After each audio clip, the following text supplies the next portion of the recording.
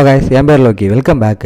இன்றைக்கி நம்ம பார்க்க போகிறது divine ring designs the strongest other world episode 36. Episode 35ஓட லிங்க் கீழே டிஸ்கிரிப்ஷனில் இருக்குது, மறக்காமல் அதை பார்த்துருங்க.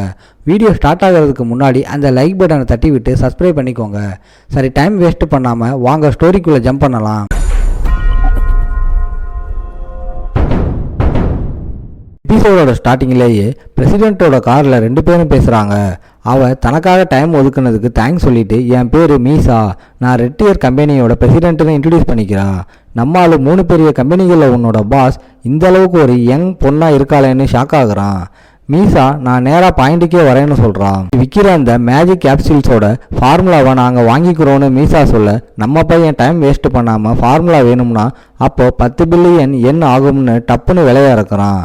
அந்த அட்வென்ச்சர் ஆக்ஷனுக்கு தேவையான 10 பில்லியன் என்ட்ரி ஃபீஸை ரெடி பண்ணதான் நம்ம ஹீரோ இவ்வளோ பெரிய ஸ்கெட்ச் போட்டிருக்கான். 10 பில்லியன் விலையை கேட்டு ஷாக்கான மீசா, இது என் பட்ஜெட்டை விட ரொம்ப அதிகம், உங்கள் டீம் கூட நீங்கள் இதை பற்றி பேச வேண்டாமா? நாங்கள் ஆஃபர் பண்ண நினச்சது 3 பில்லியன் தான். இந்த மாதிரி ஃபார்முலாவுக்கு அதுவே பெரிய அமௌண்ட்டுன்றான். அம்மாள் சும்மா சீன் போட்டு விலையை ஏற்றுறான்னு நினச்ச மீசா, நீங்கள் தான் உங்கள் குரூப்போட லீடரானு கேட்குறா. ஆனால் நம்ம பையன் அசராமல், எனக்கு பின்னாடி எந்த குரூப்பும் இல்லை, இந்த கேப்சியூல்ஸை நானே பர்சனலாக தான் செஞ்சேன், விலை 10 பில்லியன் தான், அதில் மாற்றமே இல்லைன்னு கெத்து காட்டுறான். இந்த ஃபார்முலா உங்கள் கம்பெனிக்கு மார்க்கெட்டில் ஒரு பெரிய அட்வான்டேஜ் கொடுக்கும். ஏன்னா இப்போ ரெட் டியர் கம்பெனி ஒரு பெரிய நெருக்கடியில் இருக்குது. அப்படித்தானேன்னு நம்மளால கேட்குறான். இதை கேட்டு மீசா, இவன் எல்லாத்தையுமே தெரிஞ்சு வச்சிருக்கானே, இவன் பயங்கரமான ஜீனியஸ்ன்னு மனசுக்குள்ள நினைக்கிறான். நம்மளால ஃபோனை காட்டி மார்க்கெட் டேட்டா படி ரெட் டியரோட ஷேர் கடந்த 20 வருஷத்தில் 26%லேருந்து 12% குறைஞ்சிருச்சு. ஆனால் என்னோட கேப்சூல்ஸ் தான் இப்போ மார்க்கெட்டில் பெஸ்ட்டுன்னு உங்களுக்கே தெரியும்னு சொல்கிறான். இந்த ஃபார்முலாவை வச்சு நீங்கள் மாஸ் ப்ரொடக்ஷன் பண்ணுனா மொத்த மார்க்கெட்டையும் நீங்களே டாமினேட் பண்ணலாம். ஒருவேளை நீங்கள் வேணாம்னு சொன்னால் மற்ற 2 பெரிய கம்பெனிகளும் இதை வாங்க ரெடியாக இருக்காங்க. இப்போ சொல்லுங்கள், 10 பில்லியன் அதிகமான நம்மளால கேட்குறான். நம்ம ஆளோட மாஸ் பிஸ்னஸ் ஸ்டாக்கை பார்த்துட்டு மீசா அந்த 10 பில்லியன் டீலுக்கு ஓகே சொல்கிறா. மீசா, நாம் இவ்வளோ பெரிய டீல் பேசுகிறோம், அதனால் உன்னோட பேரையாவது நான் தெரிஞ்சுக்கலாமான்னு கேட்குறா. நம்மால் தேவையில்லாத பிரச்சனையை தவிர்க்க தான் ஐடென்டிட்டியை மறைச்சேன், ஆனால் இவளுக்கு மட்டும் தெரிஞ்சால் தப்பு இல்லைன்னு நினைக்கிறான். என் பேர் சுயோசி, உங்கள் கூட பிஸ்னஸ் பண்ணதில் சந்தோஷம்னு அவனை இன்ட்ரடியூஸ் பண்ணிக்கிறான். இவன் இவ்வளவு சின்ன பையனாக இருக்கானேன்னு மீசா ஷாக் ஆகுறா. டீல் முடிஞ்சு நம்மால் கார்லேருந்து இறங்கும்போது செக்யூரிட்டி கார்டு நம்ம ஆள்கிட்ட 10 பில்லியன் எண் இருக்கிற கார்டை கொடுக்குறான். இந்த கார்டு ஏற்கனவே உன்னோட இன்ஃபர்மேஷனோட லிங்க் ஆகிடுச்சின்னு அவன் சொல்ல, நம்மளால தேங்க்ஸ் சொல்லிட்டு கார்டை வாங்கிட்டு மாசா கிளம்புறான். காரில் இருக்கிற செக்யூரிட்டி கார்டு மீசா கிட்ட, மேடம், ஒரு சின்ன பையனுக்கு 10 பில்லியன் கொடுக்க உண்மையிலேயே உங்களுக்கு ஓகேவா? இது ரொம்ப பெரிய அமௌண்ட் ஆச்சுன்னு கேட்குறான். அதுக்கு மீசா, இது பெரிய இன்வெஸ்ட்மெண்ட்டு தான், ஆனால் அவன் முகத்தை பார்த்ததுக்கு அப்புறம் எனக்கு முழு நம்பிக்கை வந்துருச்சு. நாம் பண்ணதுலேயே இதுதான் பெஸ்ட் இன்வெஸ்ட்மெண்ட்டு. இந்த ஜீனியஸை நம்ம எப்படியாவது நம்ம பக்கம் வச்சுக்கணும். இந்த டீல் மட்டும் சக்ஸஸ் ஆனால் அவன் நம்ம கம்பெனியோட சேவியராக மாறுவான்னு மீசா சொல்ல, அந்த செக்யூரிட்டி கார்டு, நான் உங்கள் ஜட்ஜ்மெண்ட்டை நம்புகிறேன் மேடம், நீங்கள் சின்ன வயசுலேருந்தே ரொம்ப புத்திசாலி, அதனால தான் உங்கள் அப்பா கம்பெனியை உங்ககிட்ட நிம்மதியாக ஒப்படைச்சாருன்னு பாராட்டுறான். மீசா, ஃபார்முலா கைக்கு வந்தாச்சு, இனி அதிரடியாக களத்தில் இறங்க வேண்டியதான்னு கம்பெனிக்கு கிளம்புறா. எல்லா எக்ஸிக்யூட்டிவ்ஸையும் உடனே வரவழைச்சி மெயின் மார்க்கெட்டிங் ஸ்ட்ராட்டஜியை ஃபைனலைஸ் பண்ண சொல்கிறா. சீனை கட் பண்ணால் ஒரு கஃபேவுக்கு மாறுது. நம்ம ஹீரோ ஒரே வாரத்தில் 10 பில்லியன் எண் என்ட்ரி ஃபீஸை ரெடி பண்ணிட்டான்றத சுசுக்கியால் நம்பவே முடியலை. மெதுவாக பேசுப்பா, சுற்றி இருக்கிறவங்க கேட்டுட போகிறாங்கன்னு சுசுக்கி அவன் அடக்குறான். என்கிட்ட ஒரு வேல்யூபிளான ஃபார்முலா இருந்துச்சு, அதை வச்சு ஒரு சின்ன டீல் முடிச்சேன்னு அசால்ட்டாக சொல்கிறான். இந்த கார்டில் தான் காசு இருக்குது, டைம் வேஸ்ட் பண்ணாமல் அந்த ஆக்ஷனில் என் ஸ்பாட்டை ரிசர்வ் பண்ணிடுன்னு நம்மளால கார்டை நீட்டுறான். அதை வாங்கின சுசுக்கி, அடுத்த வாட்டி இந்த மாதிரி சின்ன டீல் பண்ணும்போது என்னையும் கூட கூட்டிகிட்டு போப்பா, நீ நாளுக்கு நாள் பெரிய மிஸ்டீரியஸாக ஆகிட்டே போகிறேன்னு சொல்கிறான். நம்மால் ஒரு வழியாக காசு ரெடி ஆகிடுச்சு, இனி நான் சி ரேங்க் ஹீரோ ஸ்டேட்டஸை வாங்கணும்னு சொல்கிறான்.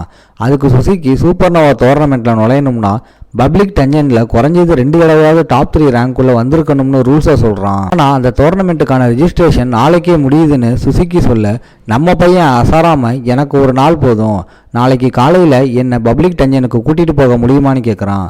கொஞ்ச நேரம் கழித்து நம்ம ஆளோட மேன்சனில் நம்ம ஆளோட சிஸ்டர், நான் சீக்கிரம் தூங்க போகிறேன்னு சொல்லிட்டு கிளம்புறா. பெட்டு ரொம்ப சாஃப்டாக இருக்குது.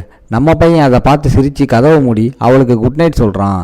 அவன் ரூமுக்குள்ளே நுழைஞ்சி, நாளைக்கு பிரசிடென்ட்டு சுசுக்கி என்ன பப்ளிக் கேவுக்கு கூட்டிகிட்டு போவார், அதனால் அதுக்கு முன்னாடி நான் ஸ்ட்ராங் ஆகணும், 12லேயே ரொம்ப நாளாக ஸ்டக் ஆகிட்டேன், அதனால் நான் இன்னும் பவர் ஆகணும், நான் என்னோட வேர்ல்டுக்கு திரும்பி வந்ததும் கரீனாவுக்காக கோல்டன் எலிக்சர் ஆஃப் ரிபர்த்துக்கு ஒரு பிட் பண்ணுவேன், அவளை மறுபடியும் நடக்க வைக்க ஒரு வழி கண்டுபிடிப்பேன். கொஞ்ச நேரம் கழிச்சு சீன் அப்படியே அந்த வேர்ல்டுக்கு மாறுது.